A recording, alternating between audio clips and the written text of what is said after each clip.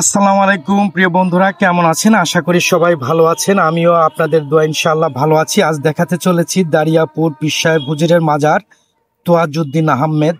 দেখেন পাশে একটা মসজিদ আছে, মসজিদের পাশেই পীর সাহেব হুজুরের মাজার। এই যে সামনে যে দুটো রাস্তা আছে, একটা দারিয়াপুর দিক চলে গেছে আর একটা পাশের দিকে চলে গেছে। যাই হোক, মোটামুটি এইখানেই আর কি পীর সাহেব হুজুরের মাজার। অনেকেই দেখতে চেয়েছেন, তাই আপনাদের উদ্দেশ্যে আমি দেখাচ্ছি। যে যেখান থেকে দেখছেন লাইক কমেন্ট শেয়ার করবেন। এই যে মাজারের পাশে আর একটা কবর আছে, যেটা উপরে ছাউনি দিয়ে আছে। এটা পীর সাহেব হুজুরের সন্তান আলহাজ মোহাম্মদ হাসানুর রহমানের এখানে কবরস্থ করা হয়েছে। তারই পাশে যে মাজারটি রয়েছে, এটা হচ্ছে সেই তোয়াজউদ্দিন আহমেদের মাজার। এখানে হুজুরের শুয়ে আছেন আর কি, এখানেই তাকে কবরস্থ করা হয়েছে।